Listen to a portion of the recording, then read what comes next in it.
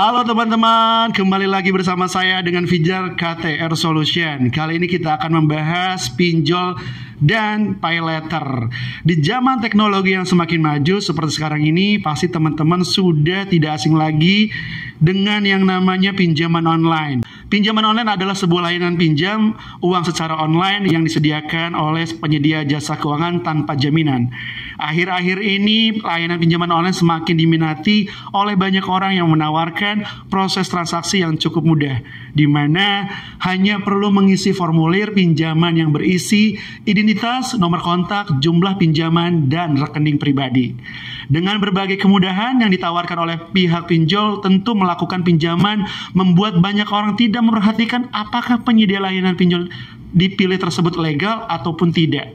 Sebab penyedia layanan pinjol saat ini terdiri dari dua jenis, yaitu pinjol legal dan ilegal.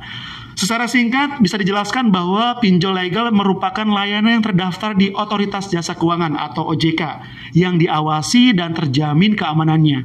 Sedangkan pinjol ilegal tidak terdaftar di OJK sehingga teman-teman lebih waspada lagi pada saat ingin melakukan pinjaman secara online. Jangan sampai terjerat pinjaman online ilegal. Mungkin dari teman-teman banyak bertanya, bagaimana jika sudah terlanjur gagal bayar pinjol legal? Padahal teman-teman punya niat untuk melunasi pembayaran pinjol. Langkah yang pertama harus teman-teman lakukan adalah meminta bantuan ke tenaga profesional dan teman-teman bisa konsultasikan terlebih dahulu sehingga masalah teman-teman sedang menghadapi bisa membantu diselesaikan. Maka dari itu pentingnya teman-teman meminta bantuan tenaga profesional yang jelas dan memiliki legalitas hukum. Karena kian maraknya joki pinjol, mungkin kebanyakan dari teman-teman sudah terlanjur meminta bantuan oleh joki pinjol atau terjebak oleh penipuan joki pinjol. Biasanya mereka menyarankan teman-teman membayar pinjol legal teman-teman dengan hasil biaya pinjaman dari pinjol ilegal, yang mana teman-teman bukan diarahkan untuk melunasi tanpa riba, melainkan teman-teman menjadi tidak bijak untuk melunasi hutang teman-teman. KTR Solution menawarkan The Planning untuk mengatur pelunasan pinjol. Apa itu The Planning? The Planning merupakan program pelunasan keringanan untuk melunasi satu persatu hutang pinjol dan pay letter. Agar teman-teman semua tidak gali lubang tutup lubang, pelunasan untuk hutang pokoknya saja. Dan beberapa aplikasi pinjol mendapatkan diskon 20-50%. Jika teman-teman memiliki niat melunasi hutang pinjol dan pay letter satu persatu untuk menjauhi dari hutang menumpuk, saran saya agar teman-teman meminta keringanan.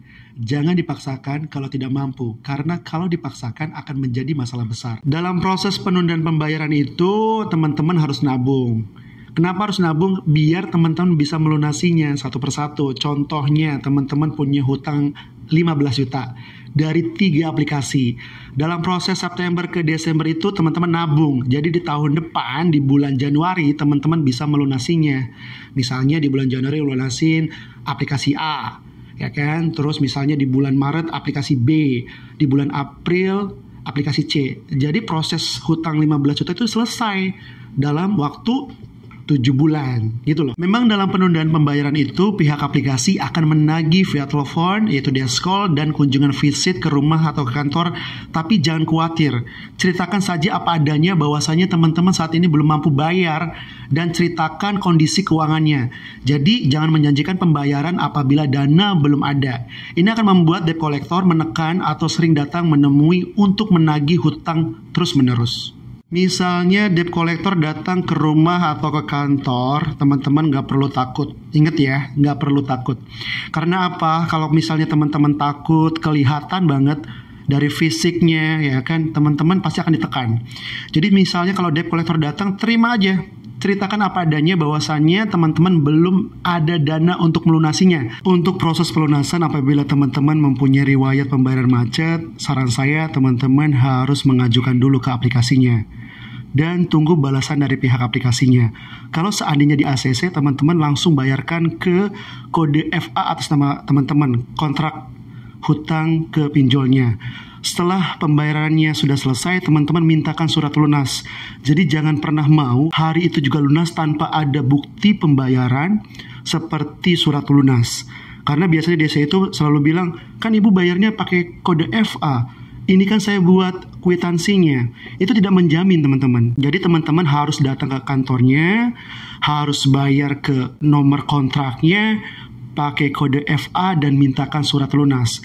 Kenapa surat lunas ini penting? Karena biar tidak jadi masalah di kemudian hari. Ini berdampak pada slik OJK Anda. Jadi kalau misalnya sudah dibayar, pasti di sliknya namanya clear. Ya kan? Penting banget nih. Jadi kebanyakan orang datang ke kita konsultasi DM, Mas saya sudah bayar ke aplikasinya, Mas saya sudah bayar ke DC-nya, ada bukti kwitansinya. Jadi bukti kwitansi itu tidak menjamin, sekali lagi tidak menjamin bahwa itu akan lunas. Jadi mereka punya sistem. Kita udah bayar, tapi kalau sistemnya masih tercatat macet, hanya bayar bunga dendanya aja kan sayang gitu loh. Jadi teman-teman harus minta surat lunas. Ditegaskan lagi. Atau ke DC-nya minta, ayo bang kita datang ke kantornya aja sama abang. Itu lebih bagus. Jadi biar tidak ada masalah di kemudian hari. Semoga video ini bermanfaat. Jangan lupa untuk subscribe, like, komen, dan share. Kita akan jumpa lagi di minggu ke depan dengan membahas kartu kredit dan KTA. Fijar pamit. Wassalamualaikum warahmatullahi wabarakatuh.